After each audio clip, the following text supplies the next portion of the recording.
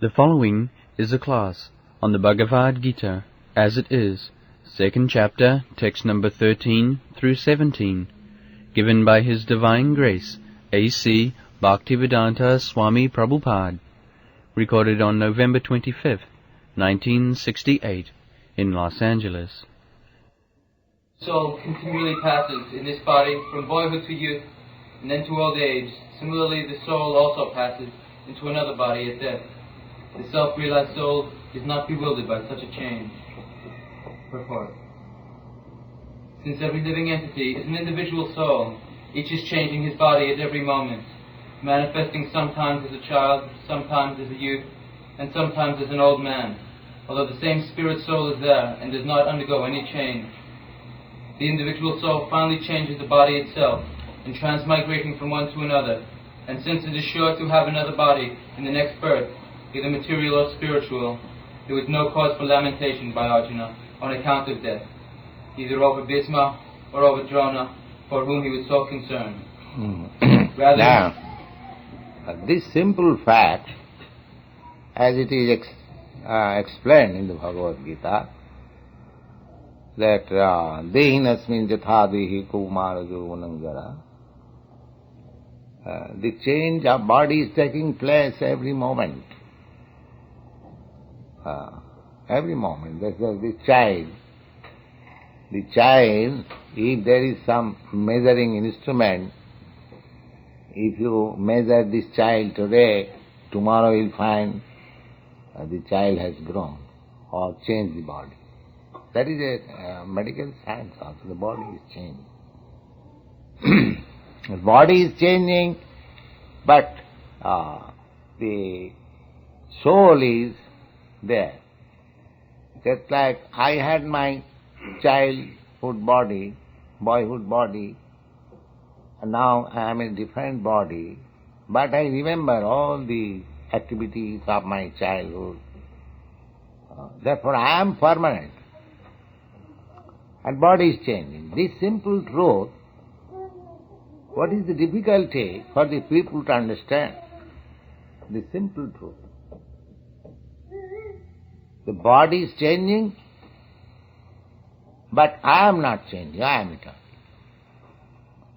Therefore I am not this body, I am not changing. This simple truth, the first instruction of Bhagavad-gītā, Krishna has begun instructing Arjuna after Arjuna has accepted his discipleship. The first instruction is this,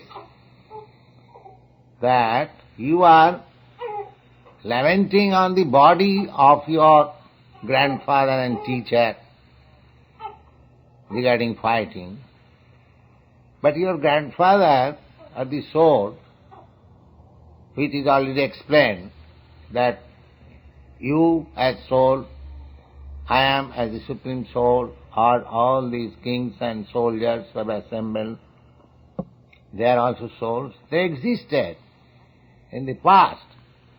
Now they have changed their body. Again they will change their body, but they will exist. This is the instruction. The body is changing, and the vivid example that in this life you are changing body. So what is the difficulty of understanding the simple truth that the soul is different from the body?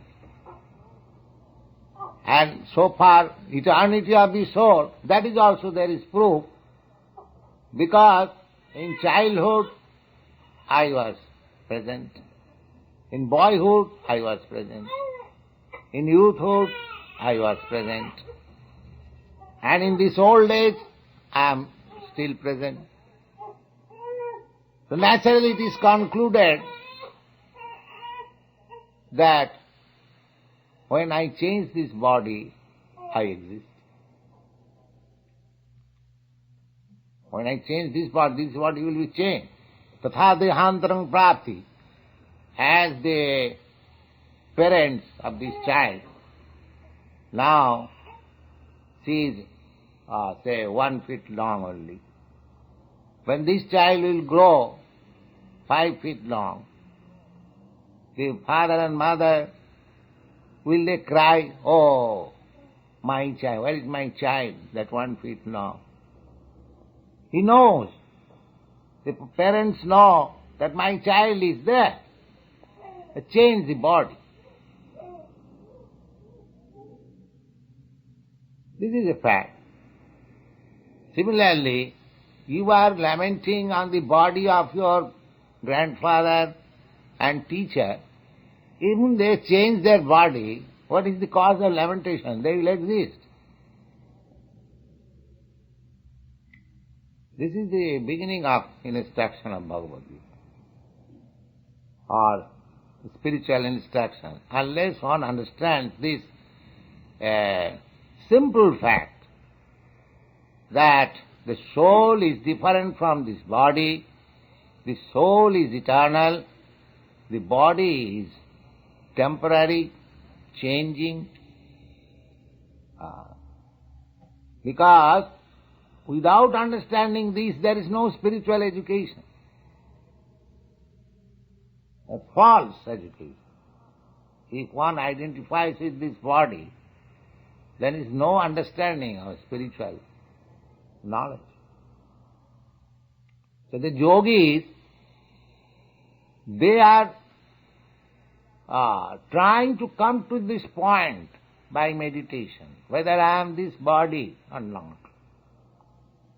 Meditation means that first meditation, concentration of the mind, the different kinds of sitting posture, that helps me to concentrate my mind. And if I concentrate my mind, meditation, am I this body? Then, if I am not this body, where I am in this body? Then if he analyzes, he'll find himself within this heart. Within this heart, the soul is also there, and the super soul is also there. Krishna is also there. So, the perfectional stage of yoga is to see the super soul and understand oneself that I am individual soul. So that perfectional stages we are immediately offering, that you try to see Krishna always, Krishna consciousness. The yogis are trying to reach a platform after so much exercise of the body. We are giving that thing immediately. That be Krishna conscious. You are eternal, part and parcel of Krishna, and Krishna is the super soul. Why should you take so much botheration to find him within? He is without also. He is all powerful. He can accept your offerings, and you can take prasadam. This is practical yoga. So we are not beginning from the gross stage. The Bhagavad-gītā, although it is ABCD of spiritual instruction, it begins from that stage, which stage the jnanis, the philosophers and the yogis, they are trying to reach. But we have no time. In this age, by yoga practice, to come to this stage that I am not this body. Ask any student who are practicing yoga, so-called meditation, they are inclined to this body. They are trying to exercise this body, and they think this is the final. No. It's a simple truth, very simple truth. Krishna, as the supreme authority, presenting very simply, dehinasmin jata dehi kaumara yoganam. as in this body there are different changes. Similarly, the ultimate change is called death, but the spirit soul, as he is existing within this body in spite of all changes, similarly the spirit soul will continue to exist even after the final change of this body. It's simple truth. Try to understand this. This is the basic principle of further progress. If one does not understand this point of view, there is no progress. This is ABC. That I am not this body.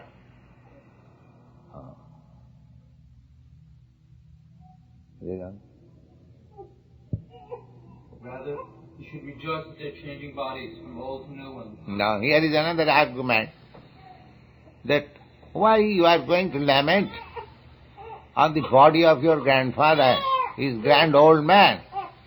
If he does not die, if you do not kill him, how long he will live? So you kill him or not kill him, he will die. And you should be rather joyful because your grandfather is going to have again, this is only for argument, again have a new body. When Chaitanya Mahaprabhu met Chand Kaji, I think I have explained this story many times. Chand Kaji was Mohammedan.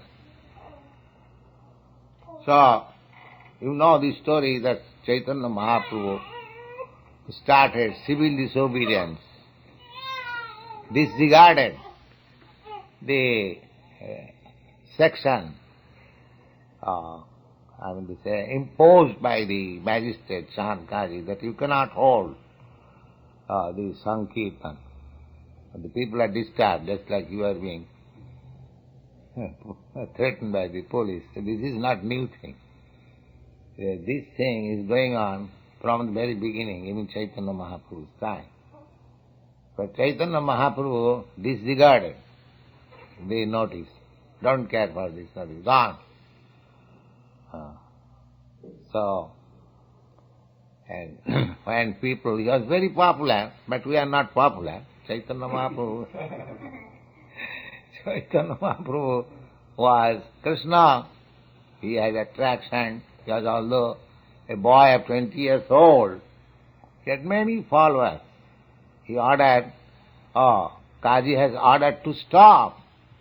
Now I order that hundreds of thousands of people shall assemble this night and we shall go to the Kaji's house.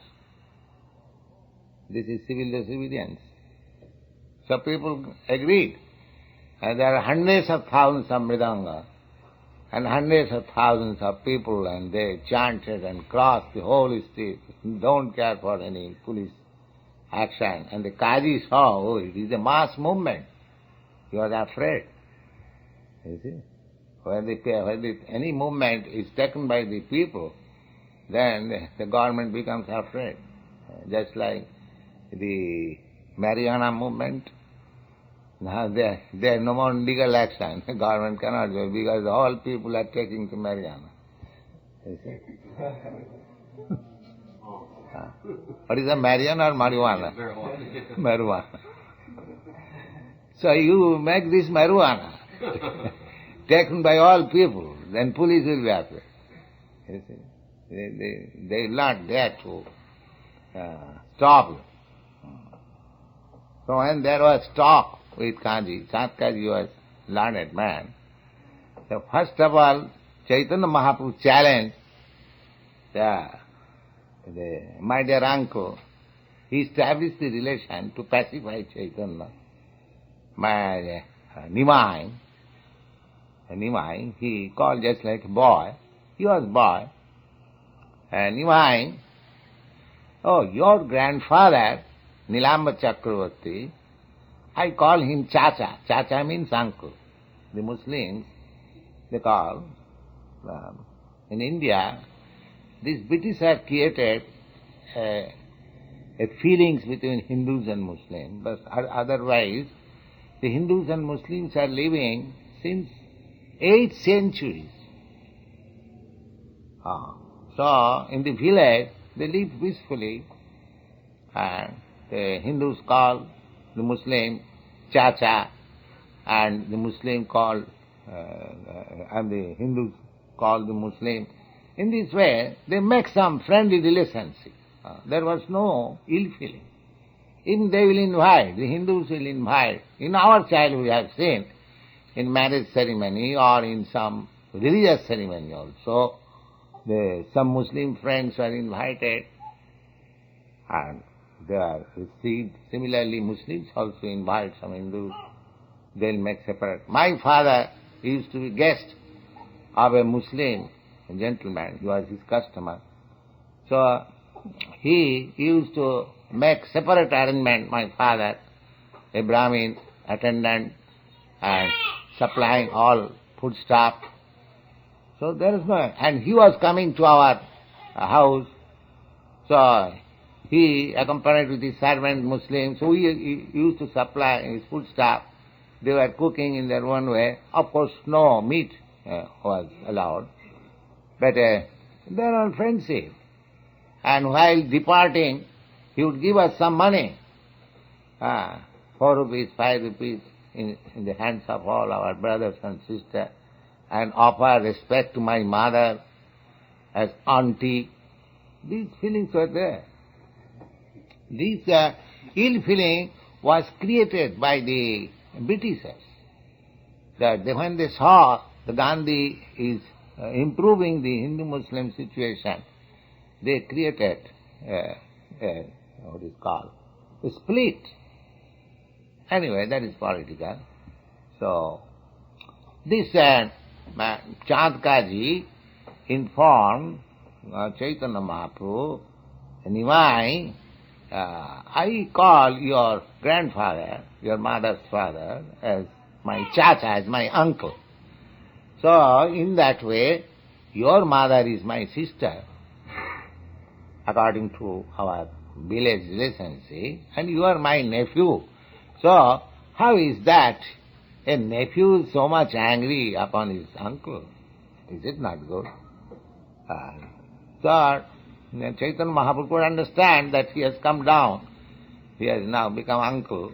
So, he said, yes, my dear uncle, I know that. It is not my duty to be angry with you. But how is that? I am your nephew, I have come to your home, and you went upstairs, you did not receive me. So anyway, what is done is done. Forget. So then they sat down and talked. The first challenge was Chaitanya Mahaprabhu's, that, my dear uncle, what is your this religion that you are eating father and mother? That was his first challenge. The Kaji said, what is that? What do you mean by that? No, you are eating a bull and cows. Cow is your mother. You are drinking milk, therefore she is your mother. And the bull is helping you, producing your food, maintaining. As the father maintains you, and mother gives you milk, and do you think it is good to kill them? Wow. So, Kaji, he was also learned. Oh, your Vedic scripture, also there is cow sacrifice. Chaitanya Mahaprabhu immediately said, no, that is not killing. That was giving a new body to show the strength of the Vedic mantra. A cow was sacrificed in the fire, and by mantra, by chanting of the mantra, the cow will come out with a new body, young body. That was not killing. So similarly, here also, Krishna is giving the same argument, that you are lamenting on your grandfather. He has got old body, but if he is killed in this battle, he will have a fresh new body. So you should be joyful. Why you are lamenting? So this argument was forwarded by Krishna that now, just like this child can hope many things. He has got immense duration of life now beginning. And what hope I have got? I am now this old body. Say 5 years or 10 years more. So, I cannot hope anything more than this child. So Krishna is giving, there is no question of lamentation for your grandfather. Your grandfather is going to have a new lease of life. So why should you be sorry? So this argument is forward. But nobody will agree to this argument. Yes, gone. Such changes of body are meant for varieties of enjoyment or suffering by the living entity, according to one's own work in this life. So Bhishma and Drona, being noble souls, were surely going to have either spiritual bodies in the next life, or at least life in godly bodies. Yes. Now, so far your grandfather is concerned, Bhishma there, he is one of the greatest devotees. So as soon as he gives up this body, he is going to Vaikuntha. Same example, as I told you the other day, that Muniputra Majiva Muniputraka. Chiranjiva Rajaputra. The son of saintly person, you don't live. And the son of a king, you live forever. Why? Because the son of a saintly person, he is undergoing austerities, penances, disciplinary activities. So his life, his future is so bright that he is going to Vaikuntha. And this, the son of king, he is simply indulging in sense gratification, so he is going to hell. So the person who is destined to go to kingdom of God, the sooner he dies is better for him. And this person, one who is going to hell, the later he dies, it is good for him, because as soon as he dies, the hell is prepared for him. But similarly, why should you lament for your grandfather and teacher? They are so highly elevated, spiritually elevated. Death will take place so long this body is there. Now they have come to fight as a matter of duty. So, there is no lamentation. This is the instruction Krishna is giving. Yes. In either case, there was no cause for lamentation. Any man who has perfect knowledge of the constitution of individual soul, the super soul, and nature, both material and spiritual, is called a dhira, or a most sober man. Dhira. Dhira means is not disturbed. A person who is not disturbed by paltry causes, he is called dhira. Another example of dhira is given by poet Kalidas. He was a great poet, mundane poet. So, he said that dhira is one who is not disturbed even in the presence of disturbance. When there is no disturbance, one may not be disturbed. But in the presence of disturbance, one who is not disturbed, he is called dhira. The cause of disturbance. Just like a person trained in restriction of sex life. So, when he is perfect, even there is cause of sex impetus, he will not be disturbed. That is the cause, dhira. So, he is describing that these persons are highly elevated. You are also my friend. Why you are disturbed in this way? Oh, that does not look well. Go on. Such a man is never deluded by the change of bodies by the living entity. Yes, a man is crying, oh, my father is dead, or my friend is dead, my son crying. But one who is dhira, he knows, oh, what is this death? He has changed his body. So there is no question of lamentation. So how much spiritual education is required to come to this point? Yes. O son of Kunti, the non-permanent appearance of heat and cold, happiness and distress, and their disappearance in due course, are like the appearance and disappearance of winter and summer seasons. They arise from sense perception, or sign of Bharata, and one must learn to tolerate them without being disturbed. Now the question is, yes, I understand that my grandfather is spirit soul and this body is material.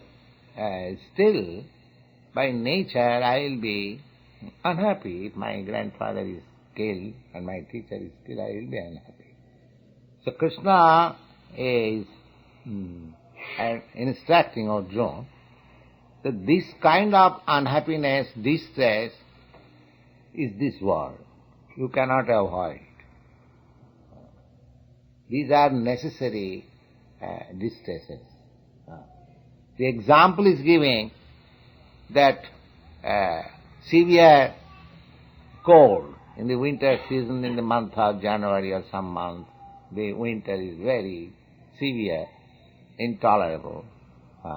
Sometimes, somewhere it is below 30 degrees, 0. But what is to be done? The people in such part of the world who live, just like in Canada, it goes sometimes 30 degrees below 0. Does it mean that they will close their offices and work and everything? No. Everything is going on as usual. One has to tolerate, that's all. In India also, India and other parts of the eastern countries, just like Arabia, Iraq, or during summer time, the temperature is 135. We cannot imagine. 135. In India we have experienced temperature, I have experienced up to 118 degrees.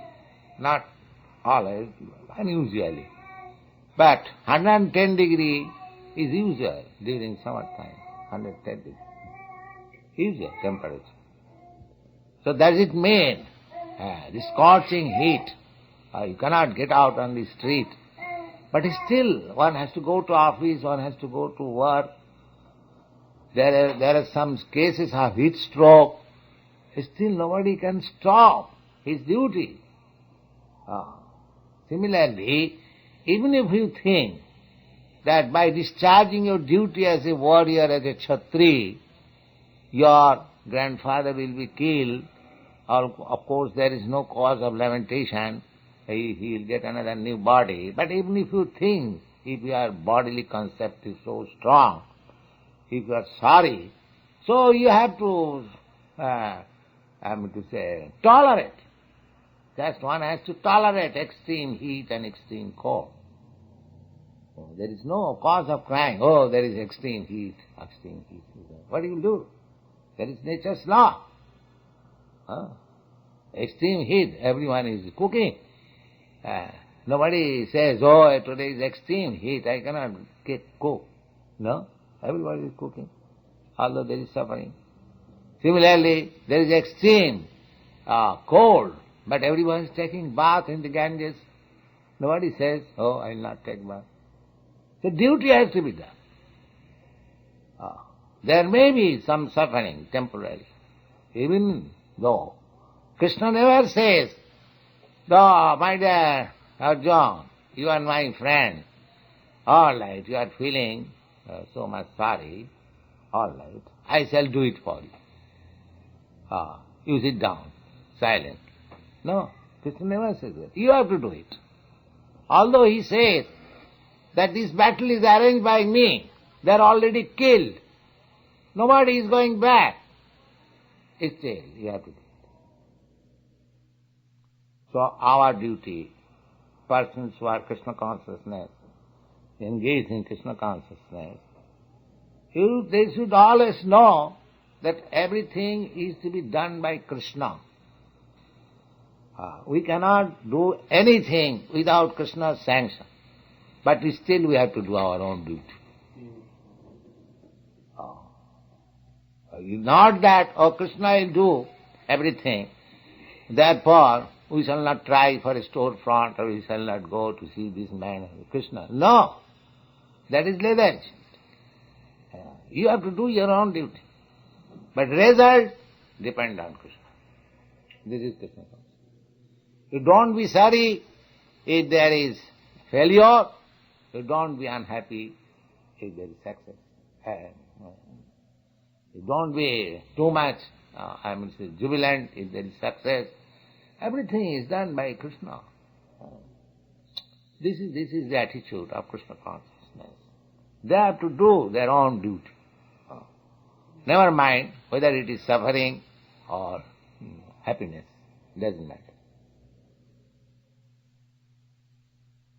O best among men, the person who is not disturbed by happiness and distress, and is steady in both, is certainly eligible for liberation. Yes. This is the sign, characteristics or symptoms of a person who is going to be liberated in this life. He has to do his duty. So far we are concerned, we have accepted Krishna consciousness duty, so we have to execute our duties faithfully and seriously. Then it is sure Krishna will give us the desired result. A nice example is given, just like a girl is married to a boy.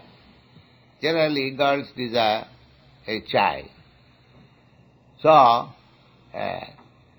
if she, after the marriage, if she immediately wants a child, that is not possible. But because she is married, and if she serves faithfully her husband is pleased and there is love, in due course of time there will be child. Why? There is hesitation. There will be child. Similarly, if we have taken to Krishna consciousness, if we discharge our duties faithfully, then in due course of time Krishna will give the desired result. Don't be hesitant. Don't be doubtful. It is sure. Krishna says that tattadehang punarjanma naiti mamiti kaunteya. Anyone who is in Krishna consciousness perfectly, for him, after leaving this body, he is coming to me. This is his assurance. So, we haven't got any doubt. Krishna is assured. So let us do our duty perfectly, as far as possible. We cannot execute anything perfectly in presence of Krishna, because he is infinite, we are finite. Our energy, our talent, everything is finite. But if we try our best, then bhavagrahi janardana. Krishna sees only how much sincere, how much sincerely I am executing the duties entrusted upon me. That's all. Otherwise, it is not in our power to serve Krishna perfectly. That is not, because we are very teeny. But let's be assured that the desired result will come if we act sincerely to the point. Yes. Those who are seers of the truth have concluded that of the non-existent there is no endurance, and of the eternal there is no cessation. Seers have concluded this by studying the nature of both. Purport: there is no endurance of the changing body, that the body is changing every moment by the actions and reactions of different cells is admitted by modern medical science, and thus growth and old age are taking place. But the spiritual soul exists permanently, remaining the same in all changing circumstances of the body and mind. That is the difference between matter and spirit. By nature the body is ever changing, and the soul is eternal. This conclusion is established by all classes of seers of the truth, impersonalists and personalists. This is so far the constitution of the spirit is concerned. It is eternal. That is accepted by all philosophers, personalists and impersonalists. The only difference is that impersonalist says that after liberation, after getting freed from this bodily contamination, the spirit soul mixes with this supreme soul, all-pervading, without any individual existence. Just like the same example, that a small sky within the pitcher, when the pitcher is broken, the small sky within the pitcher mixes with the big sky. The Vaishnava philosopher says that the small sky is individual. It mixes with the big sky, but it keeps its individuality. The example is given in this connection, just like a green bird entering a green tree. So when the bird enters the tree, nobody can find out where is the bird, because the leaves of the tree are green and the bird is also green. Nobody can trace out. But that does not mean the bird has lost its individuality. The individuality is there. Just like you see one airplane is flying in the air, and when it goes too far, it appears that it has disappeared. It seems to us that there is no more that aeroplane. It has mixed with the sky. But actually it is not. It is still there, individual existence. It is my ignorance that I see that it is no more separate. It has mixed with the sky. Just like in the daytime, we don't find any star in the sky. Due to the dazzling sunshine, we cannot see any stars. At night, we can see millions of stars there are. Similarly, that is the impersonalism and personalism. One whose knowledge is not perfect, they think impersonal. Everything homogeneous. Although one whose knowledge is perfect, the Vedas also confirm it, just like in the Upanishad, there is a verse in which it is stated that please withdraw your effulgence so that I can see your real face. Just like the sun glow, you cannot see perfectly due to the dazzling sunshine. But the sun globe is there, and in the glow there are living entities, and there is a principal head man, the God. They are not man because their body is made of fire. So, similarly, the first part, impersonal impression, Brahma, then further advanced, super soul, and when further advanced, the Supreme Personality of God, Krishna. Brahmeti, Paramatmeti, Bhagavaniti, Sabra. First realization, Brahma, impersonal. The second realization is Paramatma, super soul. And the last realization is the personal form of God, Krishna.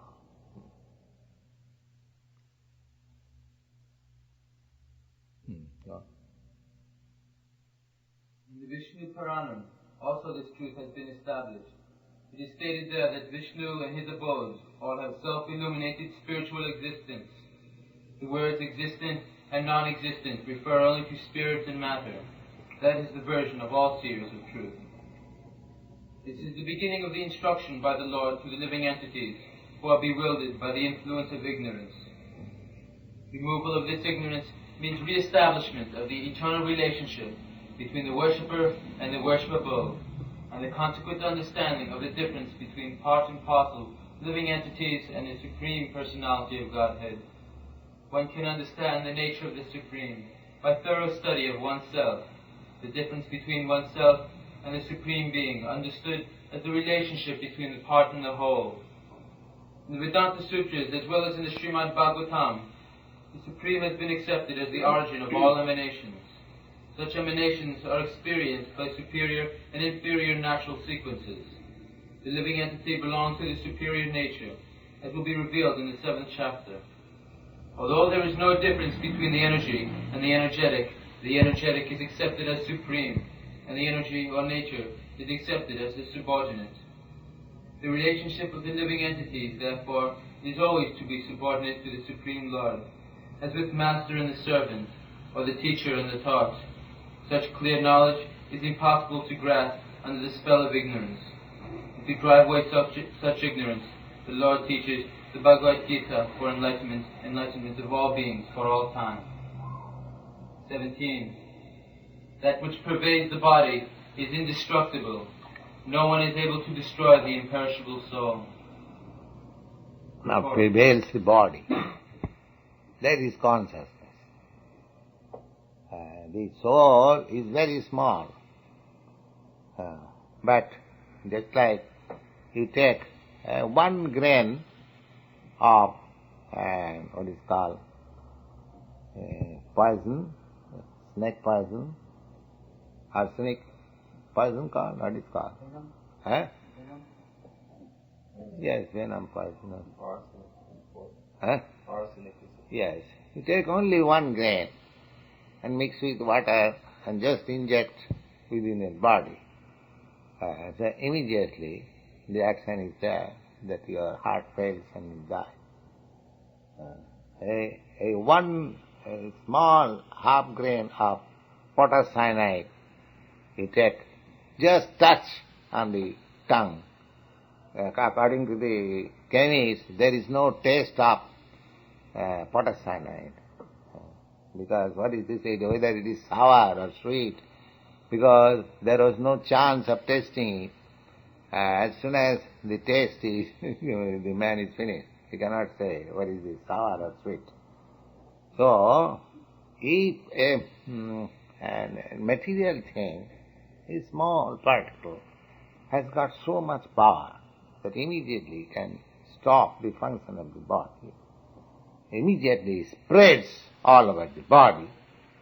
So, the soul, the spiritual spark, grain, a small grain, just like atom, is so powerful that so long is that spiritual grain, the spirit is in the heart, this body is so nice. As soon as it is passed, immediately body begins to decompose. Immediately. So it is so powerful, if a material thing can spread all over the body, why not the spirit? This is consciousness. Because the spirit soul is within the heart, I can pinch any part of my body, I feel. This is consciousness. This is consciousness. So, because just like the effect of a poisonous grain, a material thing, is immediately felt all over the body. Similarly, by the consciousness which is spreading all over the body, you can understand that there is soul.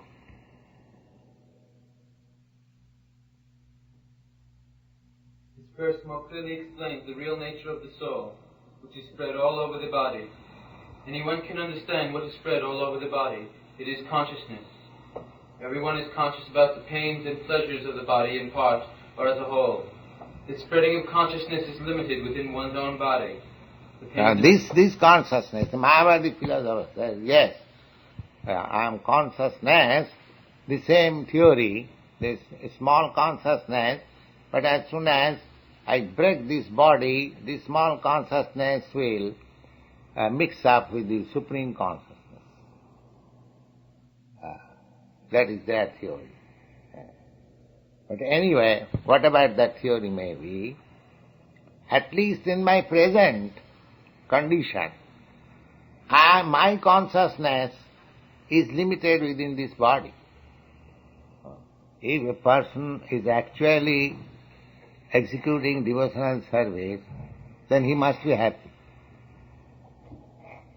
If he is not happy, then he is not doing properly. The first thing is this. He might be doing something in the name of devotional service. If he is actually rendering devotional service, then he must be feeling, just like if you are eating actually, then you must feel strength and satisfaction of your hunger. You cannot say, I am eating, but I am not satisfied of my hunger. That is impossible. This is not possible. Then you are not eating. Or you are eating, but it is being devoured by the worms within your intestine. Sometimes it happens. If there are many worms within the intestines, you go on voraciously eating, but you don't get strength. Because the eating substance, the essence is taken by the worms. Therefore the worm treatment is there, to kill the worms. Otherwise they will eat everything. He will feel hungry, but will not get any strength. This is the worm disease.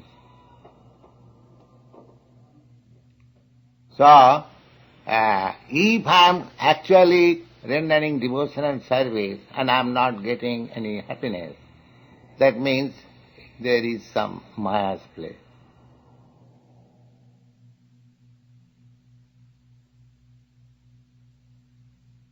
Otherwise there is no such reason. He must feel happy.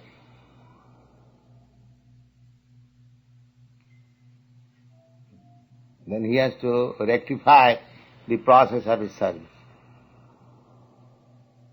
Not to change, but rectify the process.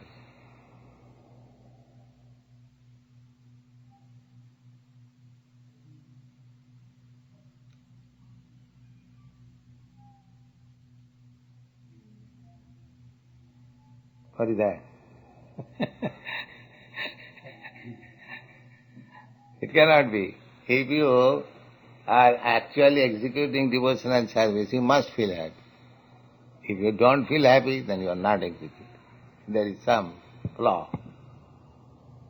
When household women raising children in Krishna consciousness, this seems to be an indirect service for Krishna. Should they try to serve him more directly by, maybe cooking in the temple or painting or something like this more directly, or is raising children and just having household functions, is that enough service? Is there enough service? Yeah, the thing is, we should be Krishna conscious. Just like electrification, touching electricity by one wire, another joining another wire. If the touch is there, factual, then the electricity is everywhere. Similarly, if our Krishna consciousness is lightly connected, then there is no question of direct or indirect.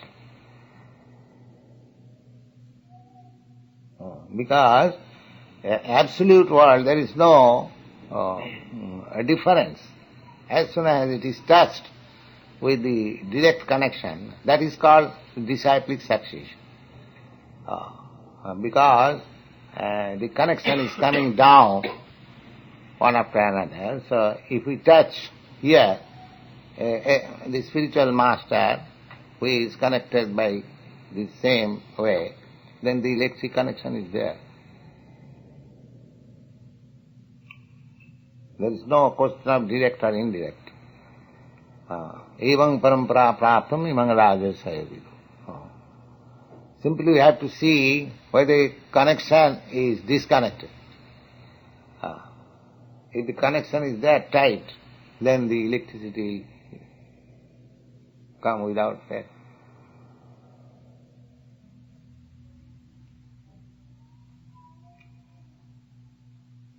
So in our conditioned stage, there will be so many doubts, so many implications, but the same thing as I gave you example, that don't be very much hasty to receive the result immediately.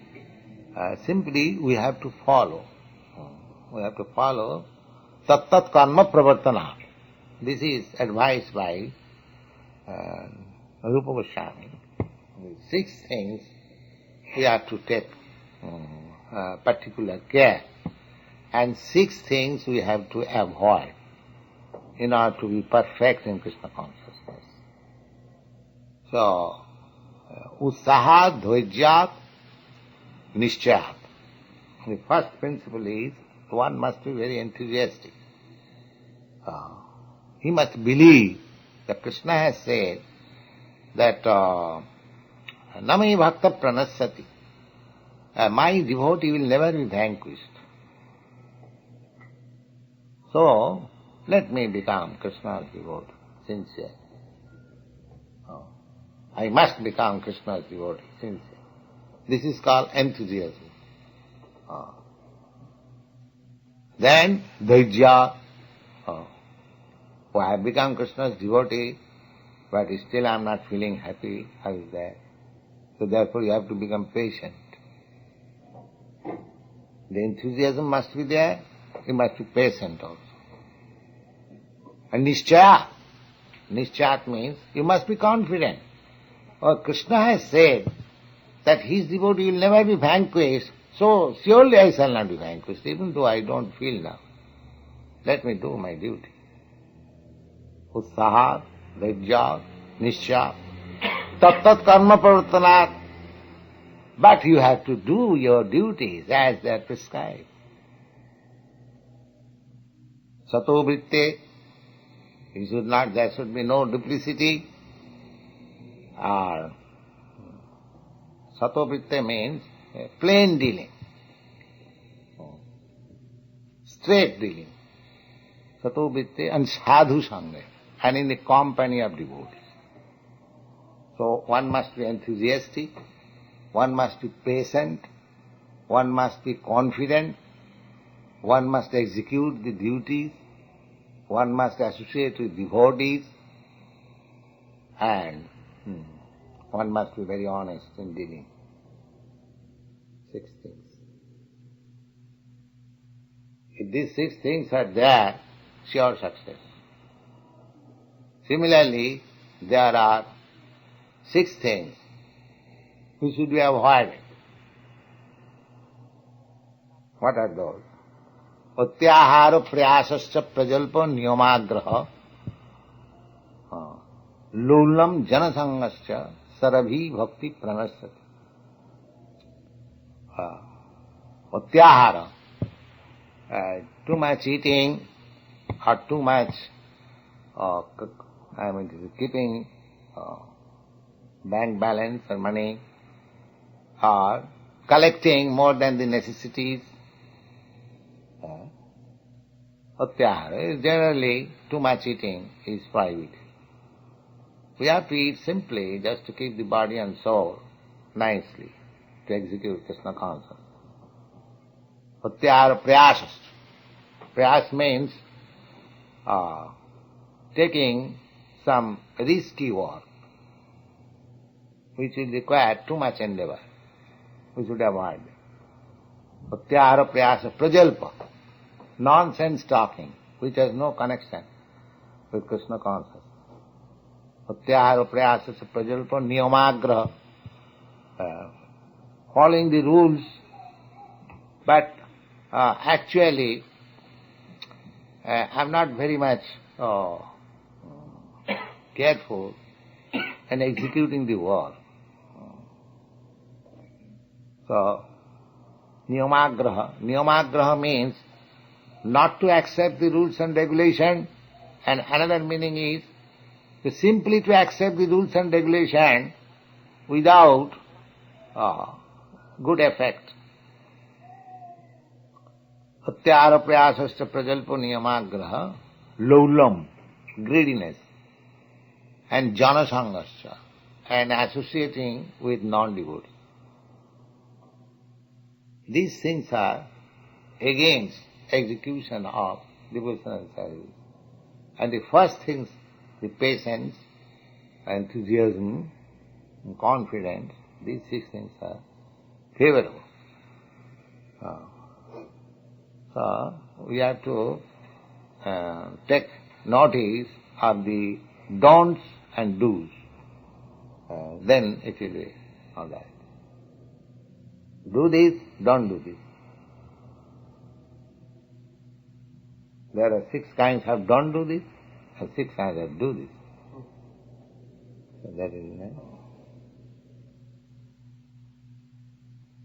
Yes. I have a question from Brahma Murthy. Why did people in the past ages sacrifice animals, and how did Krishna put a stop to this? Oh, that I have explained just a few minutes before. The animals were put into the sacrificial fire. By Vedic mantra, he was given new life. But at the present moment, such expert priests and Brahmins are not available, therefore it is stopped. Animal sacrifice is stopped. Because it is Kali Yuga, nobody is reading and cultivating Vedic mantras. So, in this age, this mantra is called Maha Mantra, chant Hare Krishna, that's all. All Vedic mantras are now gone to hell. You see, nobody can properly chant Vedic mantras and take the benefit out of it. But this mantra, anyway you chant, neglectfully or properly, chant Hare Krishna and the result is there.